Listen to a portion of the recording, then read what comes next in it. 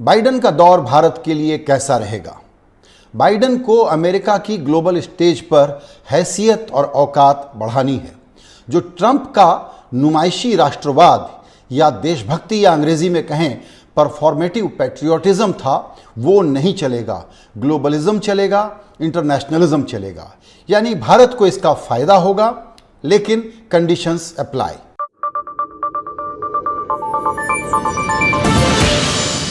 तो आज breaking views में चर्चा करते हैं कि अमेरिका और भारत के रिश्ते कैसे होंगे, खास करके ट्रेड और इन्वेस्टमेंट के रिश्ते कैसे होंगे, चाइना के संदर्भ में भारत और अमेरिका में किस प्रकार का सहयोग बढ़ेगा और शेयर बाजार जो हमारा है उस पर अमेरिका की आर्थिक नीतियों का क्या असर पड़ने वाला है, क्योंकि ये उनकी कोविड की पॉलिसी से हमको पता चलेगा। पहली बात यह समझने की है कि डेमोक्रेट्स हों या रिपब्लिकन, दोनों का भारत के साथ हमेशा अच्छा संबंध रहा है, रिश्ते बढ़े हैं, गहरे हुए हैं।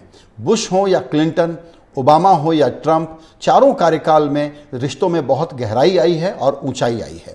लेकिन आगे भारत के साथ अमेरिका का संबंध इस पर निर्भर करेगा कि चाइना के बारे में बाइडेन क्या पॉलिसी बनाते हैं। यानी कि ट्रंप का सनकी राष्ट्रवाद वहां भी नहीं चलेगा, और चूंकि वहां पर भी बाइपार्टिजन सहयोग इस बात पर है कि चीन के साथ हमको रिश्तों को रीसेट करना पड़ेगा। टकराव भले ही ना करें, लेकिन किस प्रकार का कोऑपरेशन करना है, जिस प्रकार का सनकी ट्रेड वॉर चलाया था ट्रंप ने, उसको बंद करते हुए कैसे कहना है कि रूल बेस्ड ग्लोबल ट्रेड को फॉलो करे चाइना, कैसे अगर वो न करे तो उसको कीमत चुकानी पड़े, इस पर बाइडेन का काफ़ी फोकस रहने वाला है। भारत की जो स्थिति है अब, ये लार्ज इकोनॉमी है, ये बड़ा देश है, यानी वो अब अमेरिका का एलाई नहीं हो सकता। लेकिन अगर बाइडेन ग्लोबलिज्म की बात करेंगे तो हमको संयुक्त राष्ट्र सहयोग में, स्थायी सुरक्षा परिषद में स्थायी मेंबरशिप में उनकी मदद मिलेगी। आतंकवाद के खिलाफ लड़ाई में हमारा सहयोग बहुत गहरा हुआ है, वो आगे ही बढ़ेगा। अब पाकिस्तान उतना बड़ा हेडेक नहीं रहा, लेकिन जिस प्रकार से ट्रंप ने एक प्रकार से चाइना, रशिया, ईरान, टर्की जैसे देशों के साथ अपनी जुगलबंदी बढ़ाई थी, उसके खिलाफ बाइडेन डेमोक्रेटिक वर्ल्ड के साथ ज़्यादा रिश्ते बढ़ाएंगे। वो मल्टीलैटरलिज्म पर इतना जोर लगाएंगे कि हो सकता है एक नया कॉपरेशन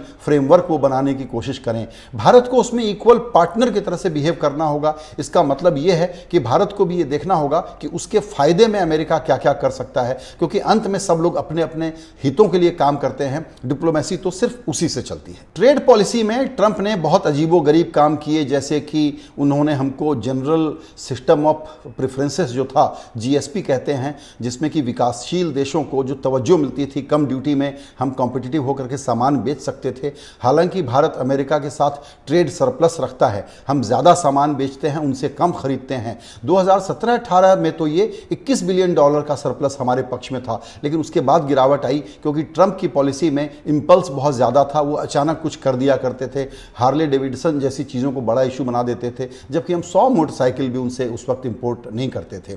इसलिए बाइडेन की कोशिश ये होगी कि किस प्रकार से सब देशों की प्रॉस्पेरिटी होगी तो ही अमेरिका की इकोनॉमी चलेगी। इसलिए चाइना के साथ उनकी रिश्तेदारी ट्रेड की कम हो और दुनिया के देशों के साथ बढ़े, ये एक बड़ा फोकस होगा। टेक्नोलॉजी दूसरी एरिया होगी जहां पर कि भारत ही नहीं, पूरा यूरोप और अमेरिका मिल करके एक ग्लोबल कोऑपरेशन देख रहे होंगे, क्योंकि टेक्नोलॉजी को लेकर के चाइना ने एक बहुत बड़ी दीवार खड़ी की हुई है। बाइडेन की नीति में यह होने वाला है कि शायद अमेरिका में कुछ टैक्स बढ़ जाए, लेकिन वो इंफ्रास्ट्रक्चर पर खर्च बढ़ाएंगे ताकि अमेरिका का ग्रोथ हो। इसका अर्थ यह होगा कि डॉलर कमजोर होगा, यानी कि इंटरनेशनल फाइनेंशियल मार्केट में, इमर्जिंग मार्केट्स में खास करके बहुत ज़्यादा इन्फ्लो आ सकता है अमेरिका से, जिससे भारत के शेयर बाजारों को फायदा होगा। लेकिन एफडीआई में भी बहुत गुंजाइश है। डिफेंस, आईटी, फार्मा, इनमें हमारा रिलेशन ऑलरेडी बहुत अच्छा है, उसमें गुंजाइश बढ़े, इसके लिए भारत को अपना घर ठीक करना होगा, क्योंकि ease of doing of business कहने के लिए है, पूरी तरह से अभी नहीं है। तो अमेरिकी कंपनियों को यहाँ लाना कोई बहुत आसान काम नहीं है, पहले के अनुभव बहुत खट्टे रहे हैं। लेकिन डिफेंस एक बड़ा एरिया होगा जहां हम दोनों में सहयोग बहुत बढ़ सकता है। आखिरी बात यह है कि मानवाधिकार, लोकतंत्र, अल्पसंख्यकों की सुरक्षा, ये जो इश्यूज हैं ये डेमोक्रेट्स को बड़े प्रिय हैं, और अमेरिका की जो घरेलू अंदरूनी स्थितियां हैं उसमें भी इन इश्यूज पर काफ़ी काम होने जा रहा है। यानी कि पूरे दुनिया के जो लोकतांत्रिक देश हैं उनको अब नए ढंग से वॉच करना होगा कि ट्रंप वाला तरीका नहीं चल सकता और एक सिविलाइज्ड वर्ल्ड बनाने की कोशिश भारत उसमें किस तरह से साथ दे अमेरिका का। और अमेरिका पहले की तरह से दुनिया की दरोगागिरी नहीं करेगा, लेकिन उसको ग्लोबल लीडरशिप चाहिए। इसके लिए आप एक सौम्य नीति का प्रदर्शन देखेंगे। फॉरेन पॉलिसी प्रेसिडेंट के रूप में बाइडन जाने जाएंगे क्योंकि फॉरेन पॉलिसी उनका स्ट्रांग पॉइंट है। ऐसे में उन्होंने कह भी दिया है कि मेरे पहले साल में मेरा जो एक बड़ा आयोजन होने वाला है वो है डेमोक्रेटिक वर्ल्ड्स का एक ग्लोबल समिट। जाहिर है कि जब ये ग्लोबल समिट होगा तो उसके इर्द गिर्द उन सारे इश्यूज पर बात होगी जिस पर ट्रंप अनदेखी कर देते थे।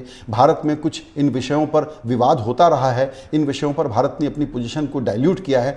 जाहिर है कि इसमें तलवारें नहीं तनेंगी बाइडन के साथ, लेकिन कुछ ना कुछ सलाह और मशविरा तो हमको उनसे मिलेगा। जहां तक लोकतंत्र का सवाल है, अल्पसंख्यकों की सुरक्षा का सवाल है और मानवाधिकार की रक्षा का सवाल है।